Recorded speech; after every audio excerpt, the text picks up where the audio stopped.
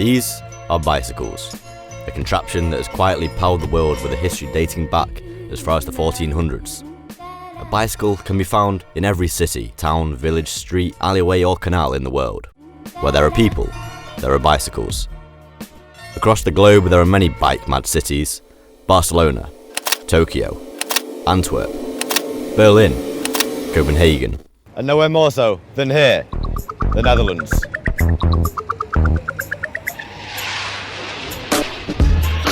"35,000 kilometres of bike paths, 23 million bicycles, the highest number of bikes per capita in the world, 15 billion kilometres cycled every year, and nearly a quarter of the population cycle here every day. All this in a country 6 times smaller than the UK. You see, over here the Dutch don't see cycling as a frivolous or childish leisure activity that clogs the roads and gets in the way of the serious adult business of driving. And there's no pretentious reservations about what type of bike you ride, whether that be a road bike, mountain bike, or a BMX. It's not a fashion statement, nor a landmark to your cycling hobbies or achievements. A bike is just a bike. A purely classless, simple, free, and eco-friendly way to get around. It's clear then that the Netherlands are rather fond of their two-wheeled friends. But it wasn't always like this. In 1972 and 1973, a road safety movement called Stop de Kindermoord, which translates to Stop Child Murder, a very direct response to the number of children that were dying on the streets in the Netherlands. Families, parents were enraged by what they were seeing, that by handing their cities over to the car, the children were the first ones suffering. So they went out and protested on the streets. They said, give us our streets back, give us our neighborhoods back. And then they formed consensus with other organizations within the city, the environmentalists, the historical preservationists, the anarchists, the bicyclists, the public health officials, to identify politicians that aligned with their cause and to make sure that this protest movement would actually have a political impact. 1 year later, the OPEC oil crisis happened. 6 weeks, the streets of the Netherlands are entirely stripped of cars. The price of petrol skyrockets. The sale of bicycles doubles. And people see their streets in a completely different light. And I think also kind of stimulating this demand for a different future. The politicians themselves saw how fragile a car-based mobility system is. And so they, as I said, kind of set aside or set their country on a very different course. And since that period in the 1970s, for the past 50 years, have not been building a car-free society, but a mobility network that works for pedestrians first and foremost, for cyclists secondarily, for public transportation, trains, trams, and buses. And then last but not least, the private automobile. And through setting that hierarchy of priorities, they've built a very different, built environment for the people that live in the city. That was Chris Bruntelet, communications manager at the Dutch Cycling Embassy, speaking about how the Dutch had to fight for their bike lanes back in the 70s. The DCE is an organisation that shares its knowledge on cycle infrastructure with governments around the world, so they can implement the tried and tested Dutch system themselves.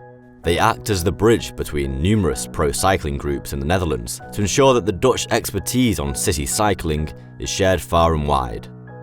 As the DCE put it themselves, cycling may seem second nature to the Dutch, but it wasn't always this way. The Stop de Kindermoord protests in the 1970s worked in tandem alongside the Fietsersbond, the Dutch cyclist union. Together they went out to wrestle back their cities from the motorcar, and they succeeded. Today, the Fietsersbond work to highlight the interests of cyclists here and to ensure cycle infrastructure is maintained and expanded.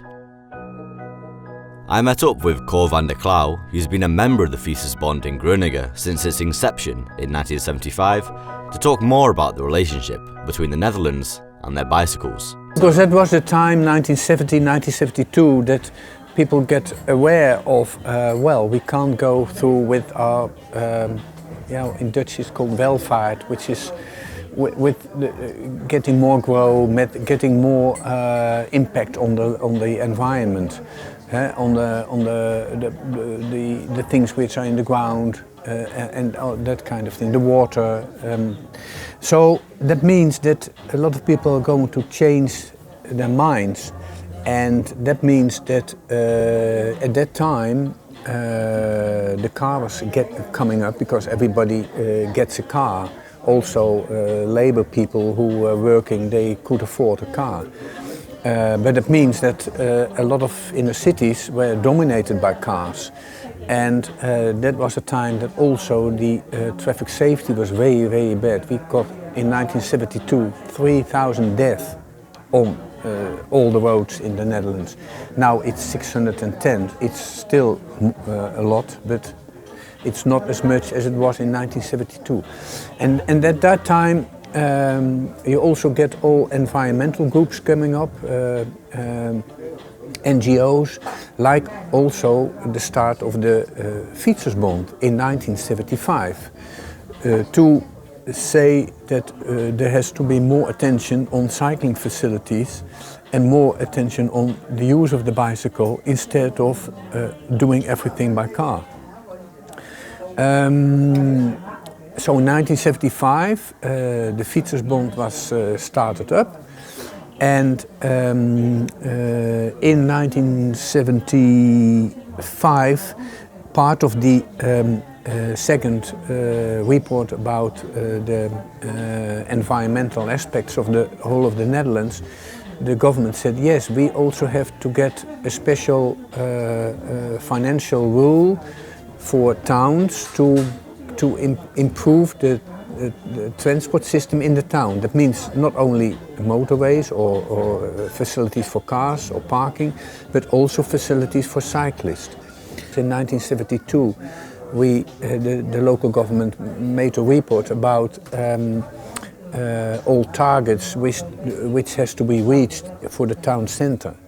And one of the targets was that the town centre has to be more a dwelling home for the inhabitants. And to create this more livable environment in the town centre, part of it was to get rid of the through traffic, the car through traffic to the town, and create more facilities for cyclists, for pedestrians and for buses. So in 1977 there was a traffic circulation plan implemented, which means that the through traffic couldn't go through the town centre, but has to go around. Not all the ring roads at that time were finished, but it was just from top down planted into the town. At that time it was possible. Nowadays you have to get more connection with people, with inhabitants. But at that time the local policy, the Labour Party said, well, we're going to do this, and that was implemented.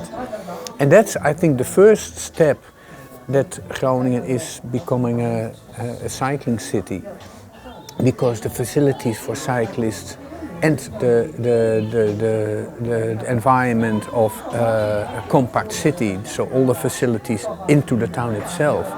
So from the Great Market to the outskirts is around about 3 and maximum 5 kilometers. Well, that's a reasonable distance for using the bike. So first, you can say in the 1970s and 80s the Fietsersbond was well, you've got the government and then you've got the Fietsersbond, and they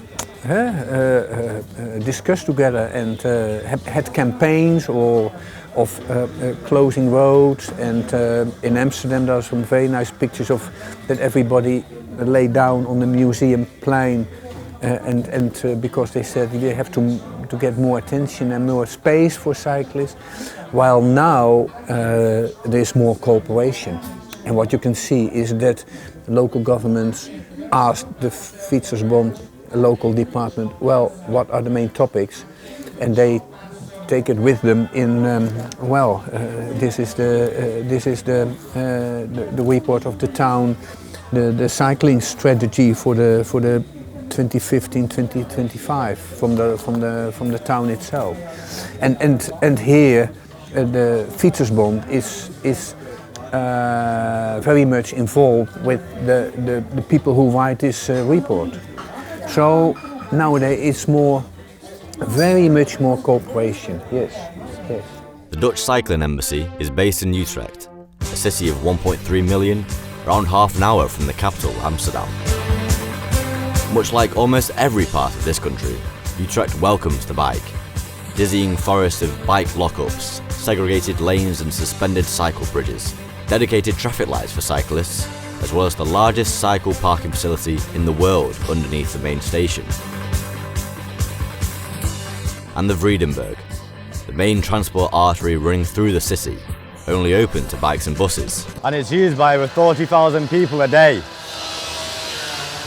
Many believe Utrecht to be the city that's doing the most for cycling here in the Netherlands.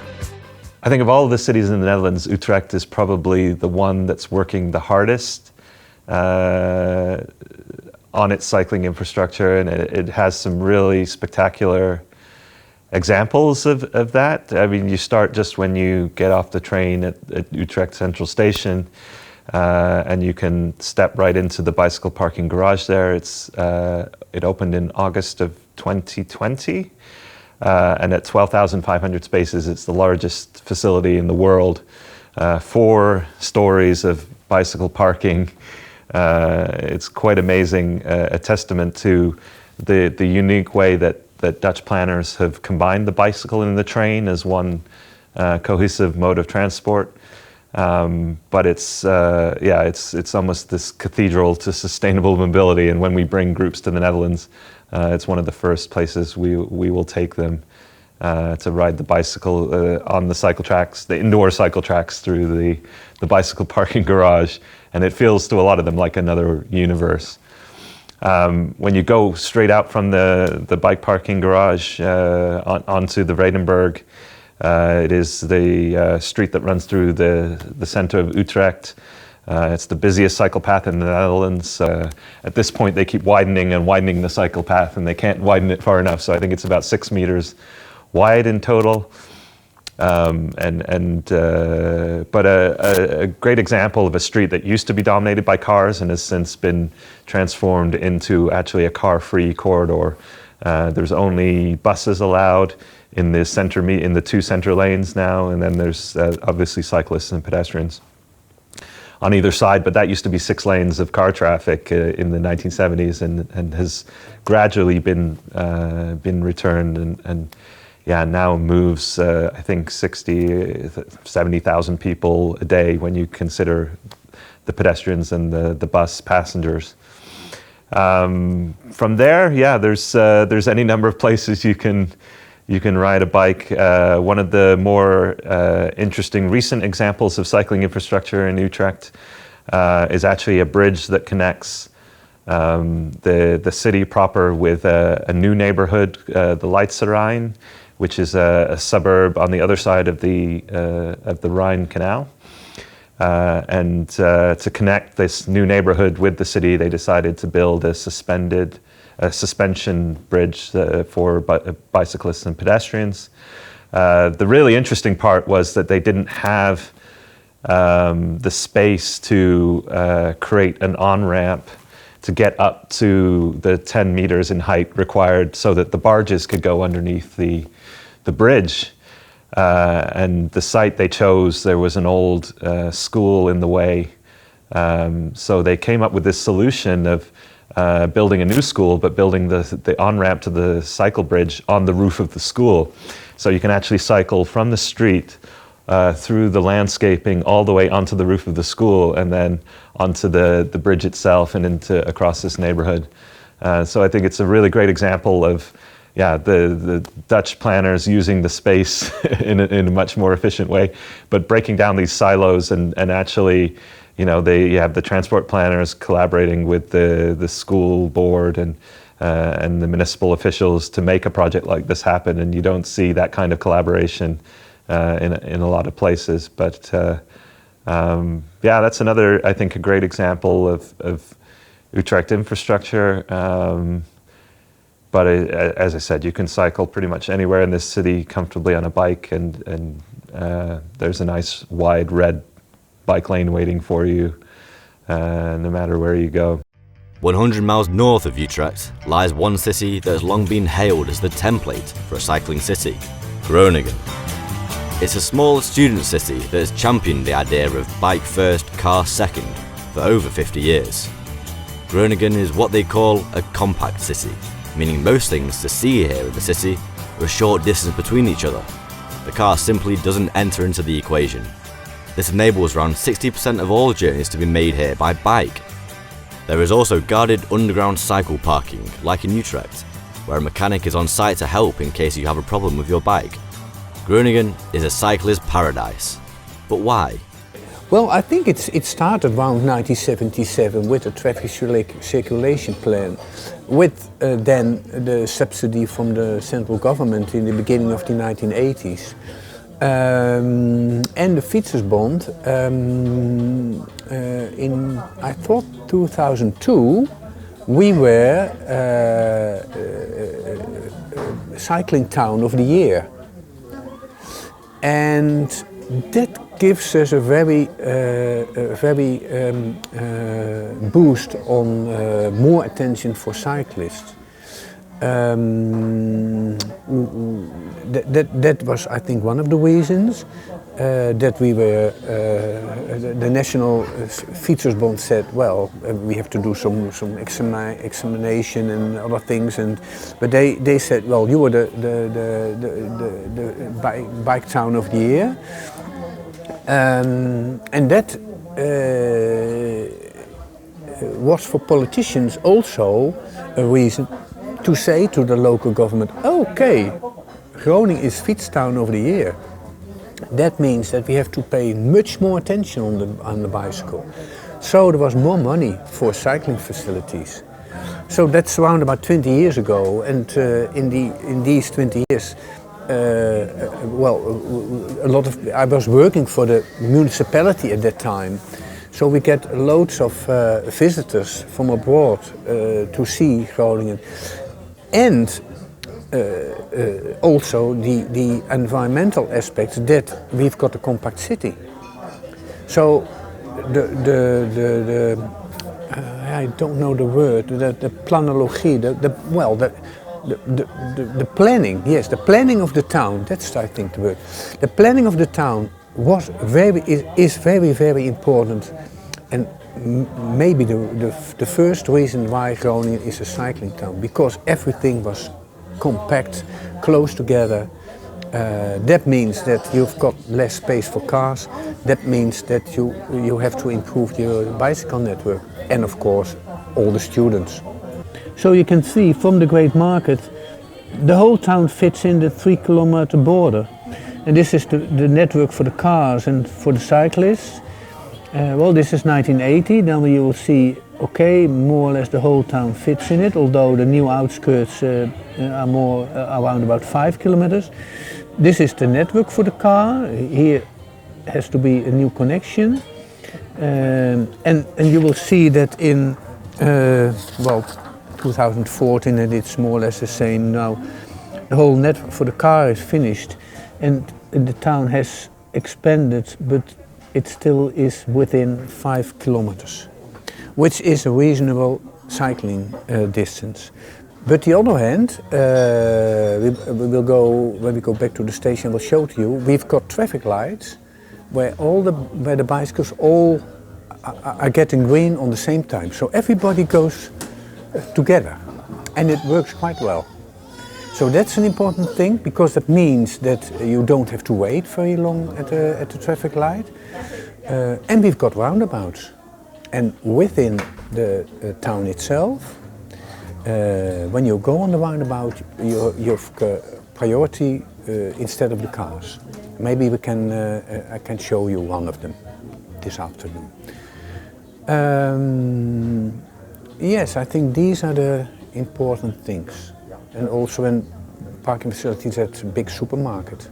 We've got an IKEA, and you park your bike just underneath and close to the entrance. So these are, I think, the most important aspect. We've got traffic lights. When it's raining, you get earlier green, so you don't get too wet. You see, the debate around why the Netherlands is one of few countries to properly integrate the bike into their cities and their way of life can be a puzzling one for any cyclist here in the UK. but there's no secret formula, nor are car-free roads and cycle-friendly spaces an exclusive treat just for the Dutch. The Netherlands is an example that you can flirt with a motor car, yet still overhaul your cities to suit cycling and pedestrians in a very short space of time. In 50 years, the Netherlands went from looking like this to this, and this to this, this to this. Whereas in the UK, our roads went from looking like this to this. There are no cyclists here, just everyday people doing everyday things, wearing everyday clothes on a bicycle. In Amsterdam and other parts of the Netherlands, the bike is king. The Netherlands is one of very few countries to have fostered a casual bike culture. Over here, the city planners don't see the bike as merely a collection of sprockets and gears. They're respected as a tool for social change and a way to communicate with your fellow citizens. For example, a large pedestrianised town square creates much more of a community feel than a belching freeway of cars and trucks. The underground cycle parking seen in Utrecht and Groningen was a deliberate attempt to open up the city streets and plazas and squares to pedestrians so that they can thoroughly enjoy their own city. I always say I'm a lazy person, so I want to go, I take the bike just more or less in front of the shop. Because like you're walking, my bicycle is more or less the same as my feet. So when I have to go to the post box, I take the bike because I don't like walking. So a lot of people in the Netherlands see the bike as just a lengthening of your feet. Just use the bike as a very handy mode of transport. To just put your bike just in front of the shop when you go to the baker. But if we do this, then also on the places where we want to have more space for social activities, then we have to get rid of the bikes, because otherwise they will spread everywhere and the whole city will get as a kind of mess of bicycles. Well, that is a change, because a lot of people say, yes, but the bike is very handy to go in the town. Yes, that's true, but there are other aspects which are important to create a livable environment and to have place to meet each other. So that means that we have to try to get new places for parking facilities, like we have here under the Forum, like we will create now under the old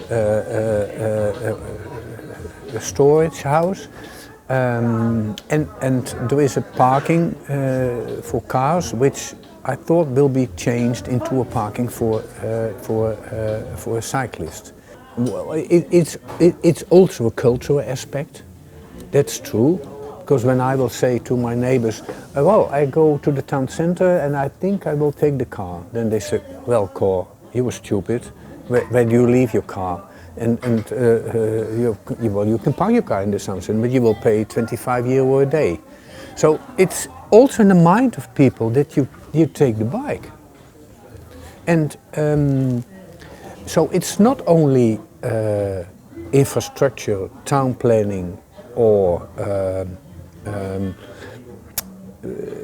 on an easy way to get a bike, but it's also a cultural thing. So you have to change the behavior of people, and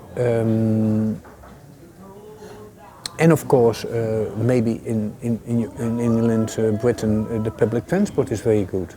That could be possible, the bus services, because that's always different. That although we have got very good public transport, but nowadays you will see that there's more attention for bikes and using the bike instead of the bus or the tram.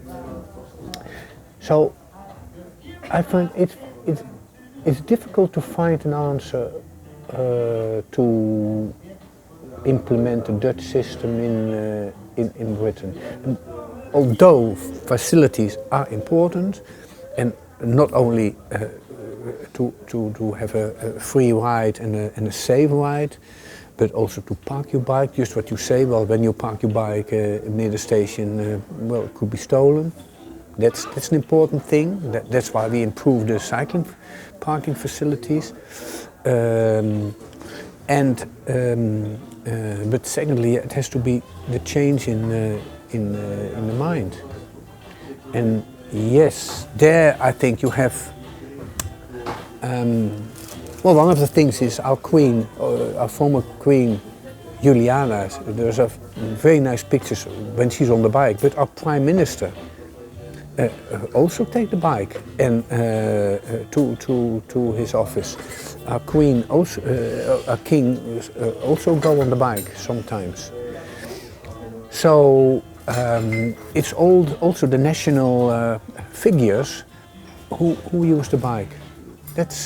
These things are, so Boris Johnson has to take the bike, yeah, or Prince Charles, or yeah. But it's a product of the infrastructure that you're able to move at the speed you want to move without the threat of motor vehicles.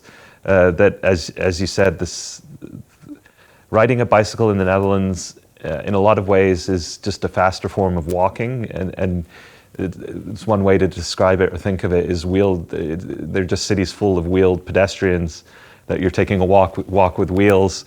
So you don't wear special clothing, you don't have to wear safety equipment like a helmet, and it all comes down to these utilitarian bikes, which were imported from the UK at the turn of the century, and the Dutch, to their credit, never chose or saw fit to improve the bicycle, to make it more sporty or evolve it for speed. It was okay that it went 15 kilometers an hour because that was the speed within their cities that worked, and at that speed you can move without sweating, you can move without changing your clothes, and as a result, cycling becomes a very utilitarian thing. And it's something to imagine, I think, in cities outside of the Netherlands, because the infrastructure doesn't exist, because you're always rubbing shoulders with cars, because the people left cycling are the really dedicated, fit and the brave, that don't have that casual relationship with their bicycle. But they are a product of the hostile conditions in their city, so they probably feel the need to gear up with safety equipment and special clothes and a racing bike, just to keep up with traffic and keep from getting seriously injured. It requires a champion, and this is why you see the disparity between cities. Is you need ideally a politician that's willing to put their neck on the line, so to speak. I think in car-dependent places, when you start talking about reducing space for cars, whether it's driving cars or parked cars or limiting the movement of cars, people get upset very quickly and irrational because they think that their freedom of movement is being limited. And we're, in a lot of ways, in this social media age, we're unable to have these nuanced conversations about the allocation of space in our cities. But in the cities where you've had a political champion, then they've been able to get things done and get things done fairly quickly. There's an understanding that you're always going to create controversy. It's unavoidable once you start reallocating space on the street, creating infrastructure, taking space away from cars.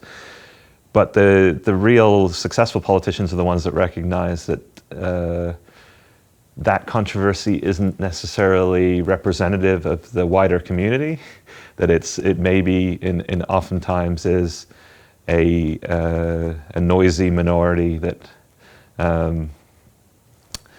makes something seem controversial when in fact it does have the broader support of other people. I think every country, every city is looking this direction. Some are moving faster than others, some are moving bolder than others.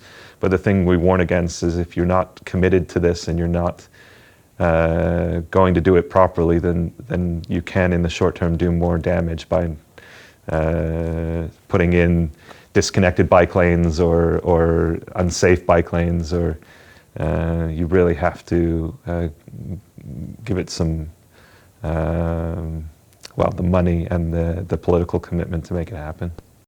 So when you see the huge numbers of people cycling in the Netherlands, the bicycle traffic jams, the fact that most cities in the Netherlands, the bicycle mode share is 30, sometimes 40, 50% of all journeys are made by bicycle. It's because of government policy that was set in the 1970s to make it so. And when we're talking to other cities around the world, we have to emphasize that it's a choice that they made, not something they're culturally inclined to do or was the product of circumstance. It was product of demand from the population and policy set by the government. And now they're at a point where, you know, their cities are incredibly pleasant, safe, and livable places for everybody that lives there. Put all this together and you get a thoroughly enjoyable cycle ride.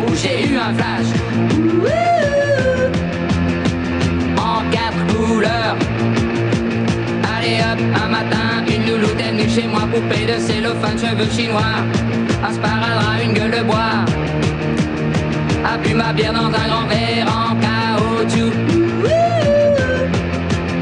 comme un indien dans son igloo.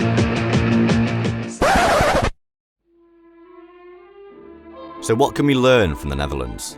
Well, back in the UK, it can seem a world away from any sort of Dutch cycling paradise. Any attempts at building robust cycle networks seem to end up merely being a thinly painted red track along the side of the road, unused and criticised in equal measure. But in parts of the country, there are green shoots of encouragement.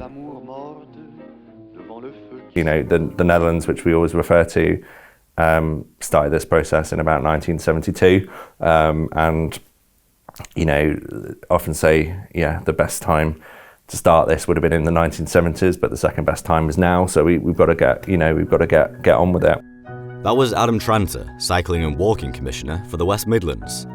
He's one of the new cycle chiefs determined to make effective change in the way us Brits transport ourselves day to day. Tranter became the region's first Cycling and Walking Commissioner, having been appointed back in December of 2021.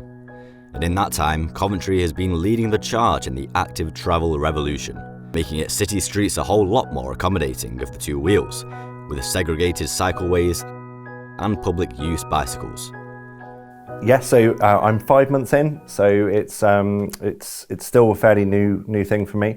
When I came into the organisation, it's about working out where we're at now and where we need to be. So we have some pretty big goals. You know, the national government has a goal to reach 50% of all urban journeys to be walked or cycled by 2030. So we've got a lot of work to do there, and our local transport plan, which is just about to kind of go out and be finalised, suggests that you need a 700% increase in cycling. So we've got big, bold targets, and really it's been about looking at where we are now and where we need to be. And that's about building the right resources, it's about building the right team, it's about getting the right funding, building political will, and making sure that the stuff we do is good and useful and the right stuff. So it's actually been a kind of an immense and sort of immersive learning experience, if you like, and that's been really positive. But we have been cracking on as well. So we've been winning money from government, which is really important. So we have the largest award that we've ever had for active travel, part of the City Region Sustainable Transport Settlement, CRSTS we call it. That's the government giving us in total for transport just over £1 billion over 5 years, and I'm very pleased to say that 254 million of that is going to go on schemes that will enable active travel. So we've got a substantial amount of money for the region, and that's taken a while to secure. And we have just sort of started building the proper stuff. So you'll have seen Coventry have been making great progress on their cycleways. The Cowden cycleway comes from their air quality scheme. We've got a similar cycleway being built right now in Binley, and that's going to be a really high quality 6 kilometre segregated cycleway that connects the city centre with the local business park. And we need to and the hospital, and we need to build those routes across the region, and that's what we're starting to get planning on. We consult on these schemes, and Binley, I believe, is around 68% people supporting. So we take that as pretty strong support. We know that change is hard. We know that change is uncomfortable. So we're really looking for, it's very important to go into the communities, to working with local people to explain the benefits very early on, but also to explain to people who this is for, because a lot of people look at the cycleways we're building and think, well, that's just for people who are cycling already. There aren't that many of them. And actually understanding that, no, this is for people in cars. This is for people that have not yet had the confidence to do it, because frankly, it's quite scary out there to ride a bike. So showing who it's for and explaining who it's for and explaining the benefits. So obviously it doesn't take long before those some of those tired tropes come in of oh, how will it negatively affect businesses, etc. So we've been, I think, quite good at working with local authorities, who have been very good at getting in to local communities and explaining the benefits. You know, the landlord of the local pub in Binley, we went and had a chat with, and you know, he's really excited about the prospect of more people, you know, passing his front door and stopping off, and it being a nicer, quieter environment outside the front. So you'll never, you know, I think holistically people know that change needs to come. What we need to move away from is this kind of idea that our schemes are going to get unanimous, you know, 100% support, because nothing ever gets that level of support. And change is hard, and some people won't understand it until they see it. But we're cracking on, and we think we have the people with us as well. I think we do potentially need more cycling commissioners, cycling walking commissioners, whether it's bicycle mayors, whatever it might be, and they're all sort of slightly different. But I would also caution against doing that kind of aimlessly. It all comes from political will. So the reason I have this job is because my boss, Andy Street, the mayor, has the political will and courage to know and understand that we need to build a sustainable transport network. So that's why I'm doing this job, because he has a mandate to do that, and he believes in it. What I would, you know, caution against is kind of box ticking and agenda, kind of, oh yeah, we've got a cycling champion, or we've got a walking champion, or whatever. Oh cool, do they have budget? Do they have the skills? Do they have the backing of the boss? You know, do they have the political will from their elected leaders and things like that? You know, if you can't answer those questions, or the answer's no, then you're probably not, you know, having one is not enough, basically. So, but I think naturally, as we see more turn towards this agenda, we're going to see more, I think, commissioners, because I found it to be a very effective way to make sure active travel is on the agenda. When we're talking about here, you know, we talk about trams, we talk about buses, we talk about trains, we talk about the road network, making sure there's someone in that room who's saying, well, you know, what about active travel? That's going to be 50% of our journeys by 2030. How does this fit in with that? That's super important. Helped with a strong budget from central government, Tranter is determined to wipe away the tired tropes of critique about cycling facilities. The way we move around is changing, and our cities should reflect that. You know, cycling's never been higher on the agenda at a central government level. And the really interesting thing about the current political setup, I guess, whatever your politics is, you know, we have a Prime Minister who has, as mayor, built lots of very good cycleways, and you know, and has gone through the whole process. You know, often it's a learning phase. You do it, you announce it, people shout at you, people say, hey, it's not going to work, and the business case won't stack up, and all of these things, and then you do it, and then people go, oh, I can never imagine. Could you imagine cars here now? I think the Prime Minister's been through that.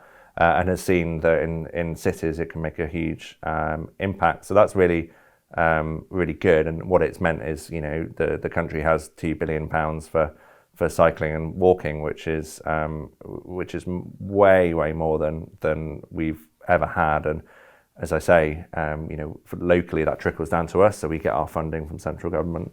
And we have around £250 million now over 5 years to spend on enabling active travel, and that is a wonderful thing. And we need to very quickly crack on and show that this is good value for money, and it will change people's lives, which I genuinely believe it will, and all the data suggests it will as well. So yeah, it's really helpful to have that support and encouragement. I think cycling can be political, especially cycle lanes and things like that, but I don't think it's party political. I think it's more, often it comes down to local nuances, and it comes down to people's fear of change. But actually, I think there's a general consensus now that we need to do something, and we can't keep having the transport system the way that it is. We have to do something different. So that's really helpful as well, because you have hope that whatever happens in politics over the next decade, that active travel has to be a key part of that, because we don't really have a choice not to do it. So then why do you think in the UK that we can't really shake away from our private motor car?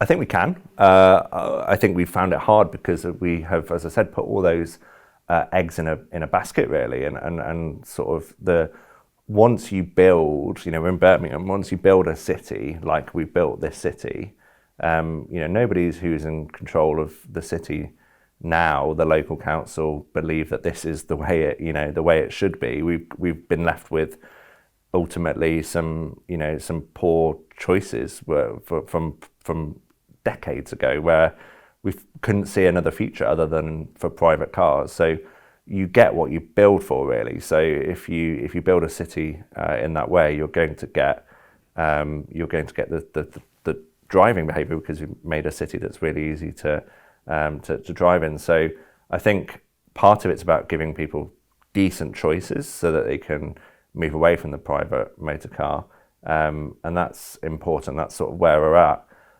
But we should be wary and aware that when you look at other cities that have done this well, if you look at Amsterdam or Utrecht or Copenhagen, they've given people choices, but at the same time they've disincentivized driving as well, which is the thing that I won't pretend that's an easy sell or that's an easy thing to do. It's arguably what we need to be doing. It's carrot and a little bit of stick in terms of that kind of behaviour change concept. People often say that about public transport. They say, oh, well, public transport's not good enough, so I'm not going to give up my car.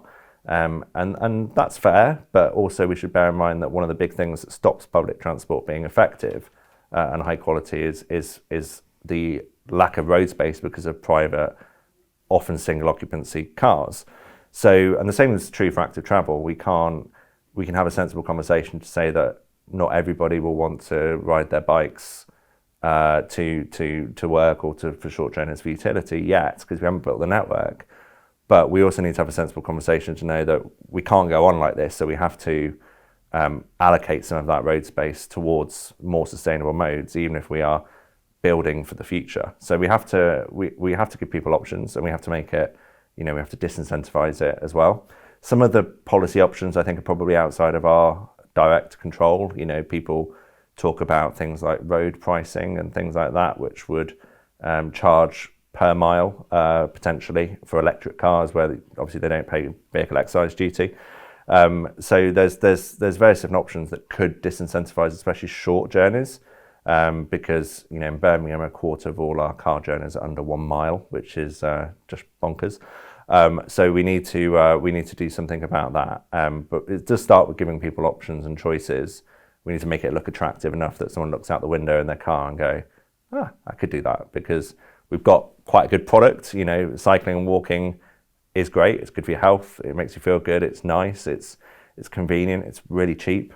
So we have all the good things going for us. We just need to kind of sell our best selves and give people the freedom and dignity of choice about how they move. And the Dutch are interesting because the Dutch own more cars per head than we do in Britain, but they just don't use them in city centres, and they don't use them for very short journeys. So I think we need to just reassess what we're using. I think we're getting there in some places.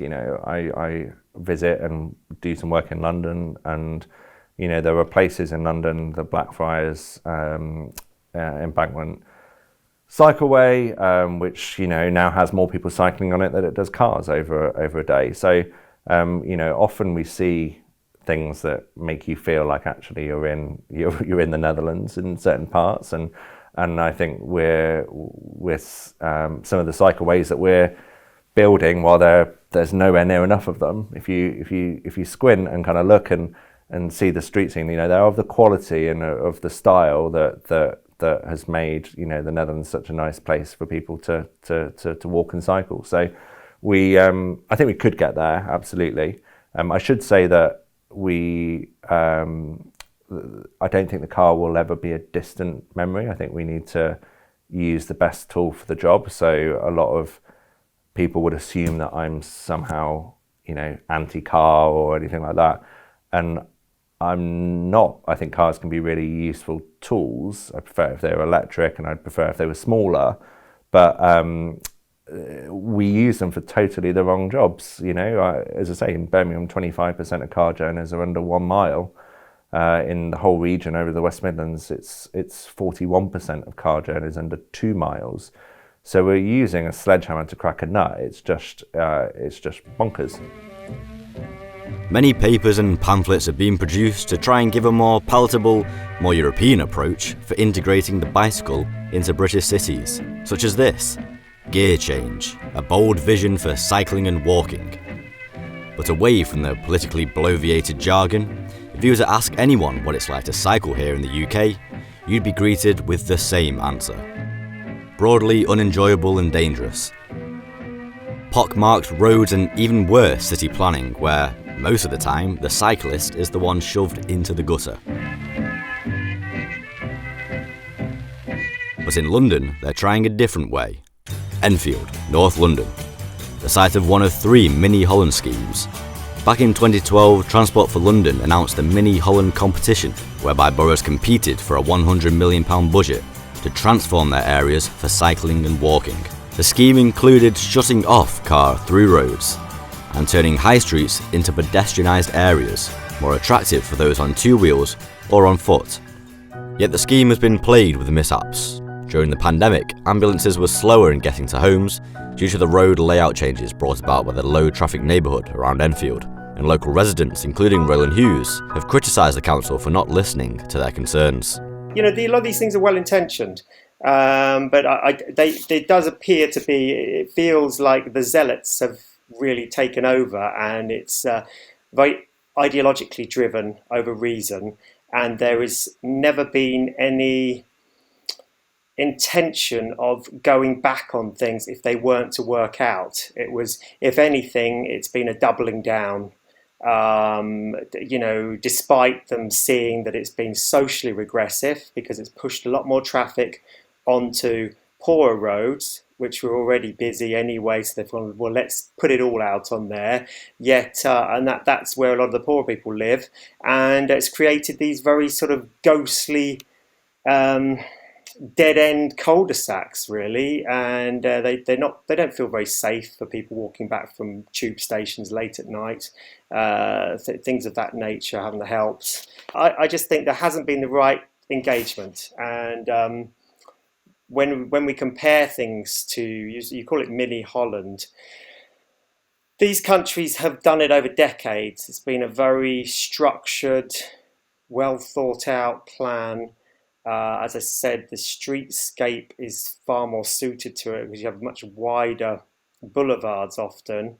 But these things can be done, but they need to be done carrot and stick. We've just got the stick, and there's not sort of tram systems put in, etc. I mean, one of the big problems for us is there isn't a sort of outer loop, the outer ring, if you like, in terms of public transport.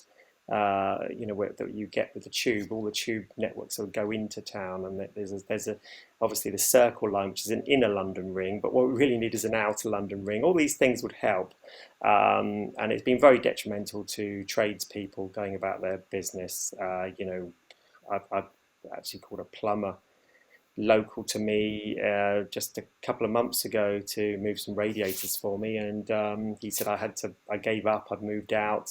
I've moved out of London because he was just finding it impossible to get much out of his day, because it would take him 10 minutes to get to the local builder merchant, which before, and now that with the roundabout ways, you can spend an hour going there and back, and it's just for a working guy trying to make a living, or woman, it's not helping you at all, and it's actually creating more pollution. So some of this stuff is pretty misguided, and there doesn't seem to be much balance thing there really. And this was done without any consultation. It was called a live trial, and it was it was just that we initially started, I got approached by a lot of people and just, in the neighbourhood I'd never met before.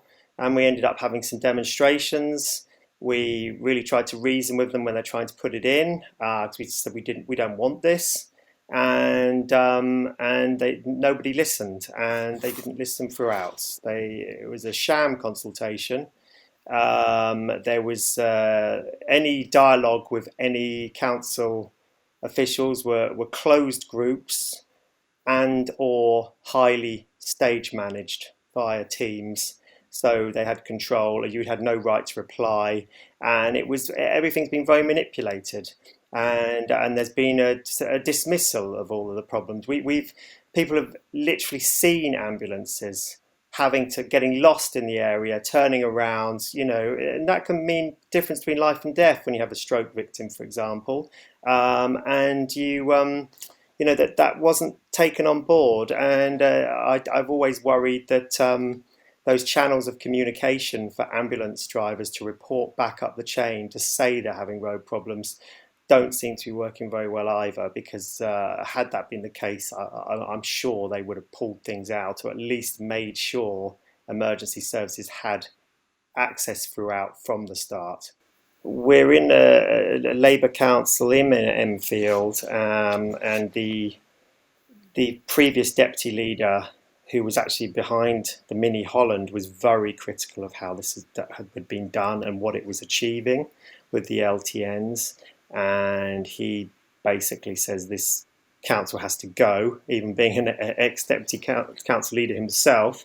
And the deputy Labour leader of the council from before him has also come out publicly to say this is Labour in name only council and it must go. It's been acting against the interests of the working person, I would say, and it's just made life very difficult for tradespeople. I know school teachers had to change jobs because they can no longer get to their school on time and back and things, because the public transport isn't always there for us for getting round in this area.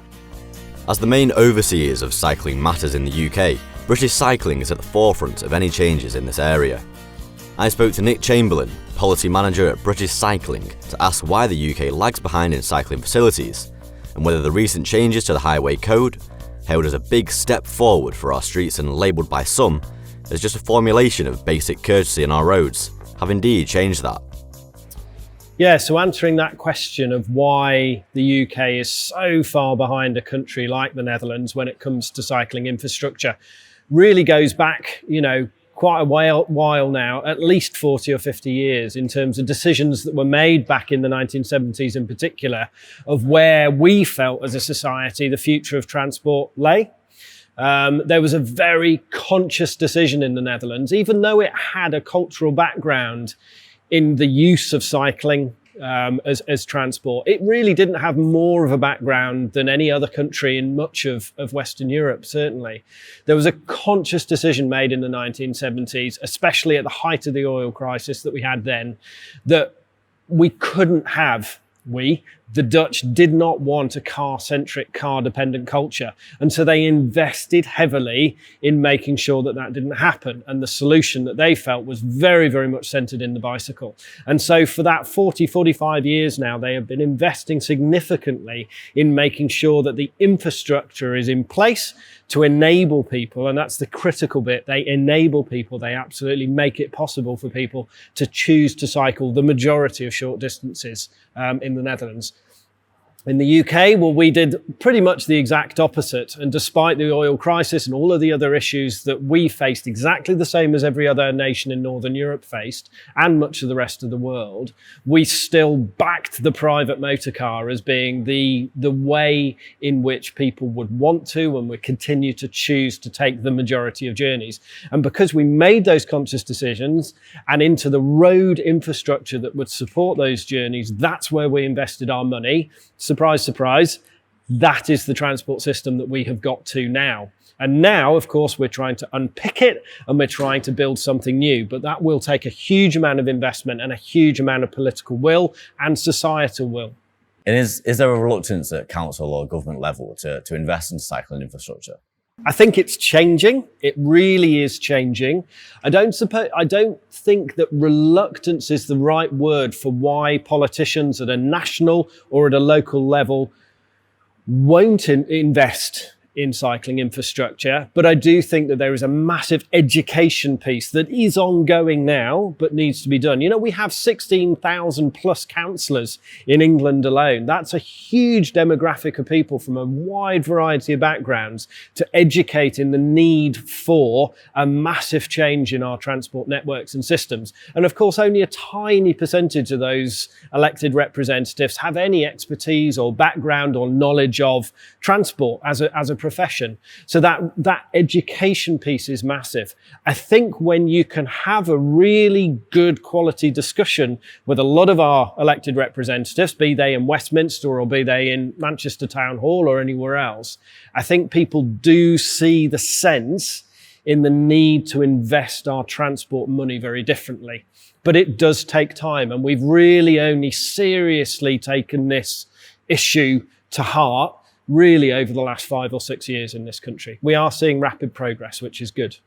I think the main reason why things are changing in the UK and national governments, if we take the devolved nations in Wales and Scotland into account as well, and Northern Ireland, I think the reason the conversation is changing about the need for cycling infrastructure, not just cycling infrastructure, but for a whole different way of looking at our transport networks, is primarily powered by the very local impacts to do with climate change and to do with the climate emergency that we live in. So congestion is a very real issue that local councillors in pretty much every ward and every borough across the nation get contacted about.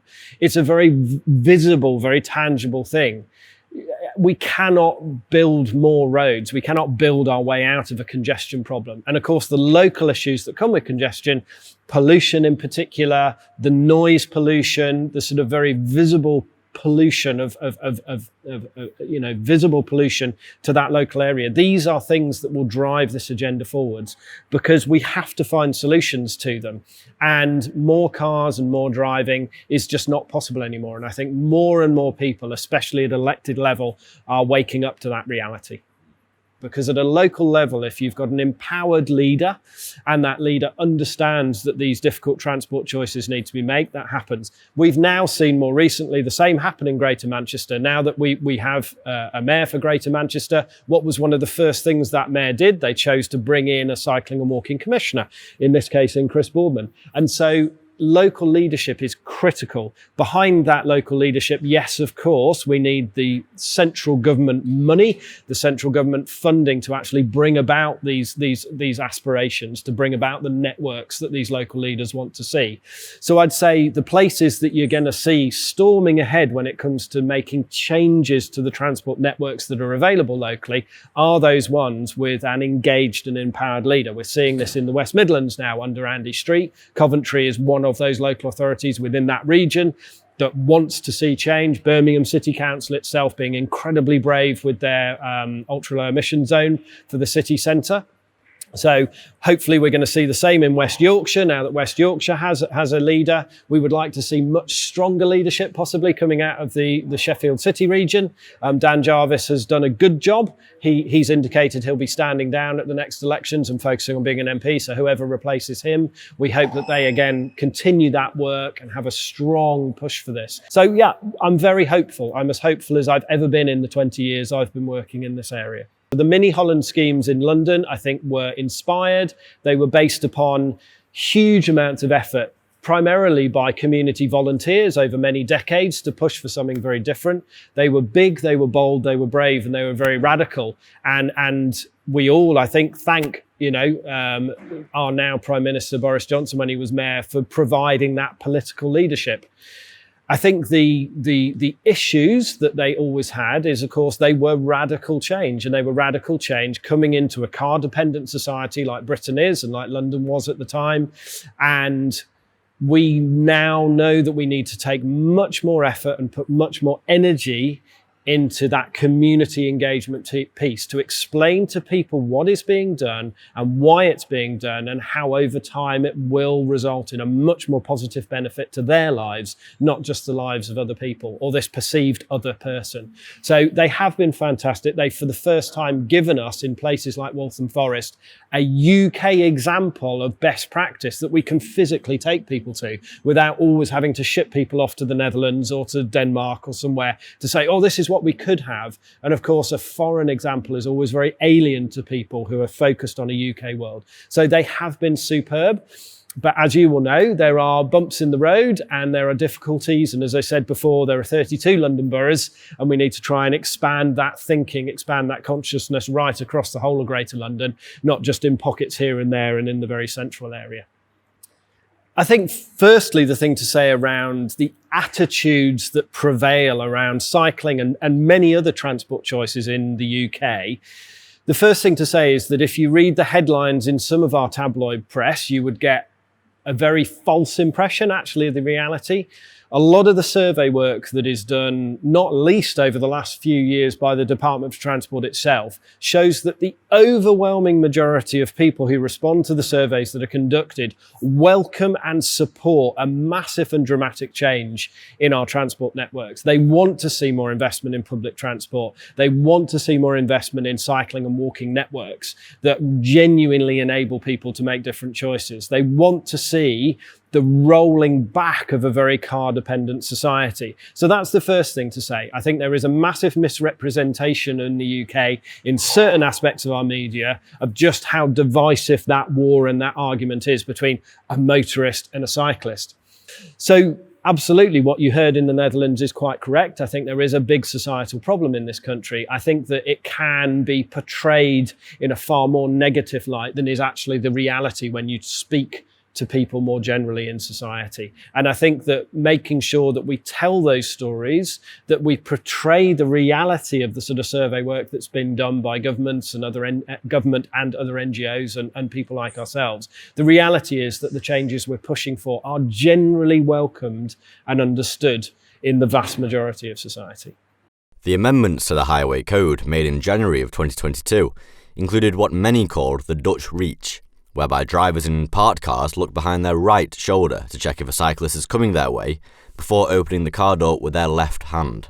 So we hugely welcome the changes that we've had in the Highway Code. We were quite intimately involved in trying to bring about some of those changes. We ran a big campaign back in 2016 called Turning the Corner, which was all around trying to talk about and expose the fact that the UK laws around the use of junctions and the way in which different users would interact at a road junction were completely archaic, completely not fit for purpose. And that was one of the big catalysts for these rewriting revisions in the Highway Code. So we're very proud of the impact that work had and the support of our members to bring it about. I think the Highway Code is a critical starting point. So without changes in the Highway Code, it was incredibly hard to then campaign and lobby for anything else to come beyond it.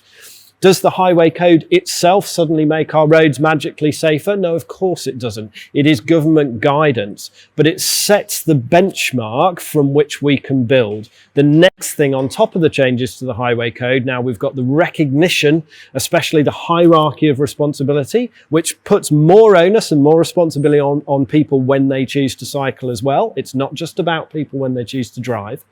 Now we've got that, we can lobby and campaign much more effectively for the changes in enforcement and roads policing in particular, and the way in which our courts operate when we get cases of road violence and aggression on our roads. So it's a vital start point.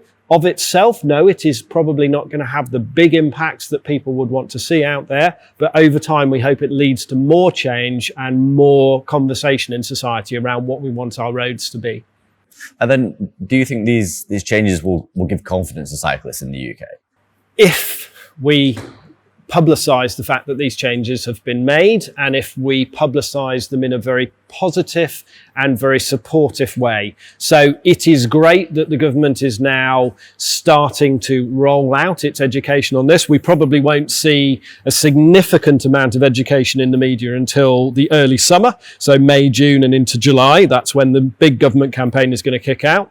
There is some money being invested in it. We don't think it is enough. We think that this education piece is absolutely vital and it should have significant resource put behind it. And equally, we don't think the job will be done in 2022. So there needs to be education that continues. The Highway Code's main role has always been the education of new drivers, so those new drivers coming through. And of course, it is a basis, a guidance note that the courts can turn to in the case of any unpleasant incident that happens. I think the Highway Code should be more than that. And that is why we have always felt that some form of compulsory retesting is now vital for people who drive, because we have a situation where the only time at which someone is kind of forced to read the highway code is when they're tested, and many people on our roads were tested many, many decades ago. So it is a great start point, but much more needs to be done around the education programme that sits behind it. I think the UK can change. I think the UK can change surprisingly quickly, and the UK can become a more holistic place when it comes to better attitudes to transport. I think the key with the Netherlands, again, is there is always an assumption that it is just about cycling. And actually, it's much more than that. They have an incredibly mature attitude to their transport networks in general. Lots of the Dutch still own cars. Lots of the Dutch still drive. They still have to have the equivalent of motorways, but they have a fantastic public transport system. In the Netherlands, it's based much more on train travel than it would be on buses. That's what suits their nation. So cycling is prioritised, but it's prioritised as part of a very mature, very well-sustained, well-funded strategic transport vision for the country. And I think that's what we've lacked in the UK to date. We haven't had a strategic vision for transport that goes beyond our strategic road network, our major A roads and our motorways. So yes, cycling is critically important as part of a future mix, but it is one part of a much more mature conversation we need to have in Britain around transport in general. The Netherlands has and will remain the high watermark for achieving the perfect balance in their cities. A great ecosystem of pedestrians, buses, cars, and of course, bicycles. As many in the Netherlands have stressed, it is in fact not a cultural thing, and there's nothing in the water that makes the Netherlands any more suitable to this cycling way of life than anywhere in Britain. It's merely a matter of legislation. Britain has made encouraging steps in recent years, and yet now the debate must turn to the decision makers across the country, to look east to the flatlands of the Netherlands, to study and implement their outlook on cities and how its residents move around in them, making sure to remain unfazed by the hurls of critique from those blindly wedded to their private automobile. Now there may be many figures in the UK to suggest that process is already underway, so whether you like it or not, the bicycles are coming.